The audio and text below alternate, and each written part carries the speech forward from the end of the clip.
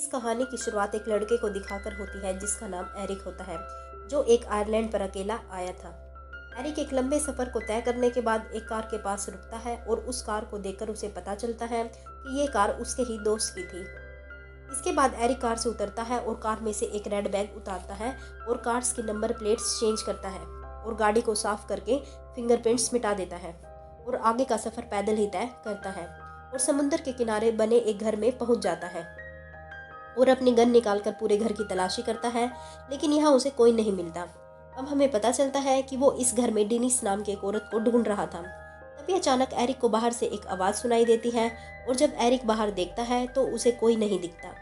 फिर दोबारा एरिक को वही आवाज़ सुनाई देती है और वो समुद्र की तरफ भागता है और समुद्र के किनारे उसे एक बोतल पड़ी मिलती है और साथ ही बहुत सारा खून भी पड़ा हुआ था। वो ये देखकर थोड़ा घबरा जाता है। तभी एरिक को पास में ही पड़ा एक औरत का ब्रेसलेट भी मिलता है और वो सोचने लगता है कि शायद ये डेनिस का हो सकता है, पर वो कंफर्म नहीं था। एरिक पास ही पड़ी एक बाल्टी उठाकर खून से भरे पत्थर उसमें डालता है और उस बाल्टी को समुद्र में फेंक देता है।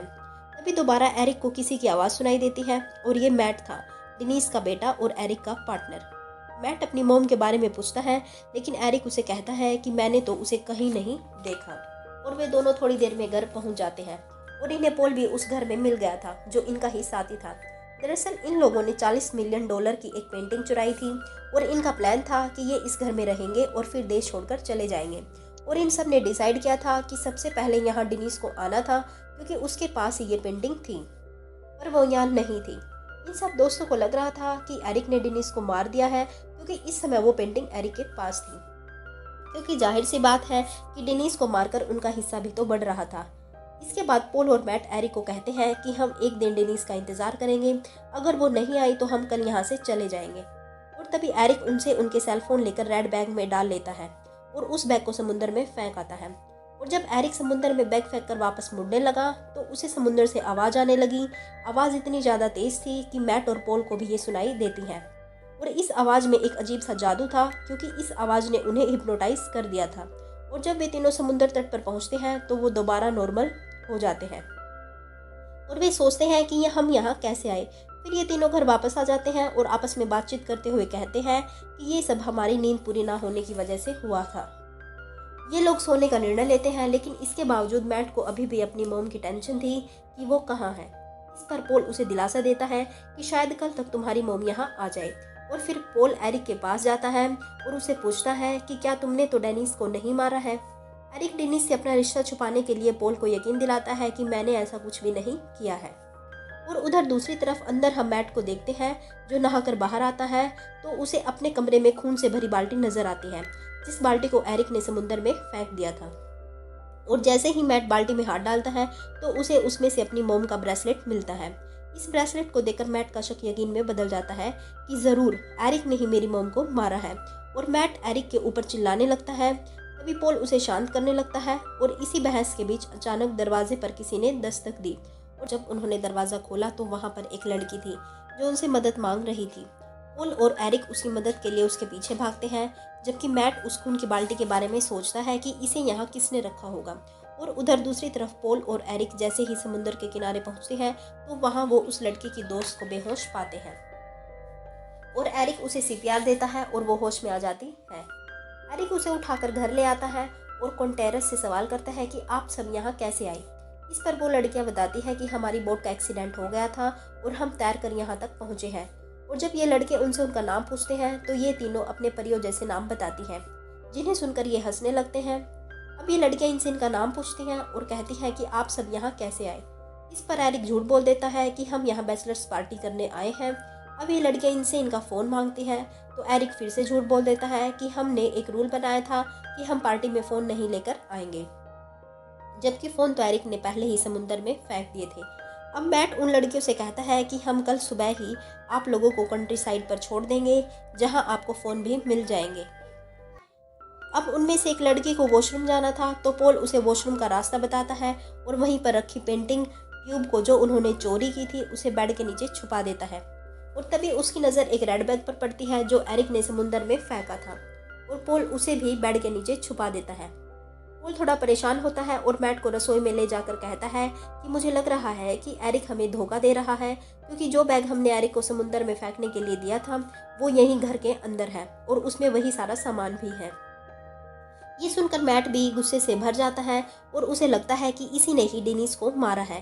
तभी एरिक उनकी बात सुनकर वहां आता है तो मैट उसे बहुत कुछ कहता है। अब एरिक शांत होकर उनसे कहता है कि हमें सिर्फ यहाँ एक रात गुजारनी है, हम कल सुबह इन लड़कियों को अपनी ही कार की चाबी दे देंगे और यहाँ से चले जाएंगे।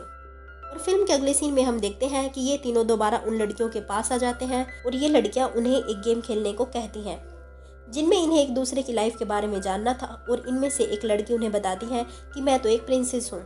इस पर ये तीनों लड़के हंसने लगते हैं। तभी दूसरी लड़की बताती है कि वो कुंफू चैंपियन है और इनकी दोस्ती आगे बढ़ने लगती है। और तभी लाइट चली जाती है और एरिक लाइट को ठीक करने के लिए बाहर जाता है तो एक लड़की उसके पीछे पीछे आ जाती है और वो दोनों एक दूसरे से अट्रैक्ट होने लगते हैं। और इसी बीच इन्हें दोबारा समुद्र से वही अजीब सी आवाज़ सुनाई देती है जो इन्हें हिप्नोटाइज कर देती है। वो लड़की उसे होश में आने को कहती है पर एरिक हिप्नोटाइज होकर समुद्र के किनारे की तरफ जाने लगता है और इसी बीच रास्ते में उसे होश आ जाता है और वो देखते हैं कि किसी इंसान के ऑर्गन्स वहाँ पड़े थे और बहुत सारा खून भी पड़ा था। ये सब देखकर वो तीनों डर जाते हैं और वो लड़की जो एरिक के साथ थी उसने एरिक की गन ले ली थी और वो उनके सामने गन दिखाकर पूछती है कि तुमने मेरी दोस्त के साथ क्या किया है। इस पर एरिक उस लड़की को कहता है कि हमें कुछ नहीं पता, बल्कि मैंने दोपहर में भी इसी समुद्र के किनारे बहुत सारा खून पड़ा देखा था। जरूर यहाँ कुछ गड़बड़ है, हमें लड़ने की बजाय अपने दोस्तों को खोजना चाहिए। वास्तव में यहाँ से मैट और उसके साथ जो लड़की थी वो गायब थे। अब उन्हें दोबारा वही आवाज़ सुनाई देती है जो इन्हें सम्मोहित कर देती है, परंतु ये लोग होश में आने की कोशिश करते हैं और पोल एरिक से कहता है कि हमें घर जाकर कानों में कुछ लगाना चाहिए ताकि ये आवाज़ उन्हें सुनाई ना दे और वो अपने दोस्तों को ढूंढ सके। अब जब ये लोग दोबारा घर में जाते हैं तो इन्हें घर में वही लड़की मिलती है और एरिक को इस पर शक हो जाता है और एरिक उस पर गन तान देता है। लेकिन तभी समुद्र से दोबारा वही तेज आवाज़ आने लगती है।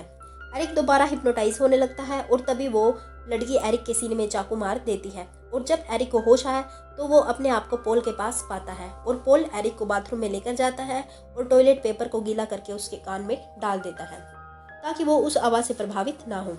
एरिक अब मैट को ढूंढने बाहर जाता है और उसका पैर फिसल जाता है और वो समुद्र में खींचा चला जाता है और डूब जाता है। पोल ने खिड़की से ये सब देखा होता है और उसके साथ ये सब ना हो इसलिए वो अपने आप को पेंटिंग के साथ एक पिलर के साथ रस्सी से बांध लेता है। पोल को रात में बहुत आवाज़ें आई पर वो रस्सियों से बंधे होने के कारण समुद्र की तरफ नहीं जा पाया और अब सुबह हो जाती है और पोल होश में आ जाता है और वो अपने आप को रस्सियों से छुड़वाता है। अब कहानी फ्लैशबैक में दिखाई जाती है कि पोल ने पुलिस को यहाँ आने की पहले ही खबर दे दी थी क्योंकि उसे एरिक पर शक था। वो एरिक को पकड़वाना चाहता था लेकिन वो खुद ही यहाँ आकर फंस गया था। अब पोल थोड़ी देर बाद देखता है कि वही तीनों लड़कियां समुद्र के बीच गाना गाते हुए उसे अपनी तरफ बुला रही थी और पोल हिप्नोटाइज होकर समुद्र की तरफ बढ़ने लगता है और समुद्र में डूब जाता है। पानी के अंदर हम देखते हैं कि ये लड़कियां कोई नॉर्मल लड़कियां नहीं थी बल्कि ये जल परियां थी जो लोगों को अपनी ओर आकर्षित करके यहाँ डुबा दिया करती थी। इसके बाद हम अगले सीन में डेनिस को यहीं समुद्र के किनारे जख्मी हालत में बैठा देखते हैं जो अभी जिंदा थी और डेनिस उस घर के अंदर जाती है और देखती है कि इस घर में कोई भी नहीं है और घर बिल्कुल सुनसान पड़ा था। और तभी वो देखती है कि जिस पेंटिंग को वो इतनी मेहनत से चुरा कर लाए थे वो यहीं इसी घर की दीवार पर लटकी हुई है। और तभी डेनिस को भी एक तेज आवाज़ सुनाई देती है और वो हिप्नोटाइज होकर समुद्र में चली जाती है और डूब जाती है। और फिल्म के अंतिम सीन में हम देखते हैं कि ये पेंटिंग जलपरियों की पेंटिंग थी जो एक पूरी कहानी को दर्शाती हैं और इसी के साथ ये फिल्म यहीं पर समाप्त हो जाती है। दोस्तों, अगर आपको मूवी की एक्सप्लेनेशन अच्छी लगी हो तो प्लीज़ हमारे चैनल को सब्सक्राइब करें और वीडियो को लाइक करें। आपके एक लाइक से हमारा हौसला बढ़ता है। धन्यवाद।